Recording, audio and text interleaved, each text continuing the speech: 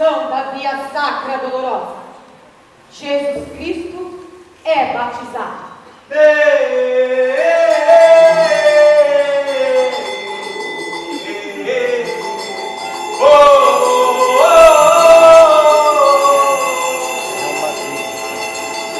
Vou seguindo meu caminho, cumprindo minha missão, anunciando a todos o reino de Deus nesse chão.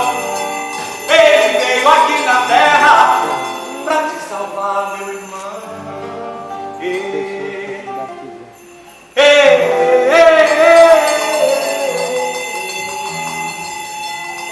Vou seguindo meu caminho, cumprindo minha missão, anunciando a todos o reino de Deus nesse chão. Ele veio aqui na terra pra te salvar, meu irmão.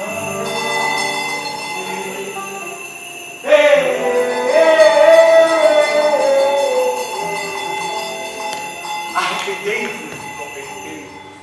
Arrependei-vos, pois o reino dos céus está próximo. O reino dos céus está próximo. Arrependei-vos e convertei-vos, pois o Filho de Deus já está entre nós. Arrependei-vos e convertei-vos.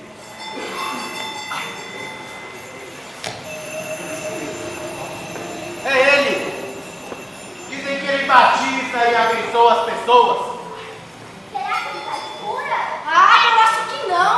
Ele é um louco. Vive perambulando por aí anunciando a vinda do Salvador. Nossa vida já é tão sofrida que eu não acredito mais em nada. Eu não acredito que ele seja louco. Ele sabe o que diz. Não podemos perder a esperança de uma vida melhor. Eu sempre acreditei no Cordeiro dos céus. Senhor, todos falam que o Senhor é enviado dos céus. O Senhor é um profeta? Não, eu não sou. Mas sei que junto a vocês hei de encontrar aquele que veio para redimir os pecados do mundo. Essa é a minha missão aqui na terra. Senhor, o Senhor batiza as pessoas com água. Eu não entendo o que é isso. Eu vos batizo com água para que se arrependam dos vossos pecados. Mas aquele que batizará com a glória do Espírito Santo já está entre nós. E quem está entre nós, Senhor? Quem é esse homem? Nosso povo sofre. Precisamos de paz. Novos tempos se aproximam. E aquele que batizará em nome do Espírito Santo nos trará palavras da vida. Nos mostrará o reino dos céus. E quem é este homem? Aquele que veio para salvar os nossos pecados.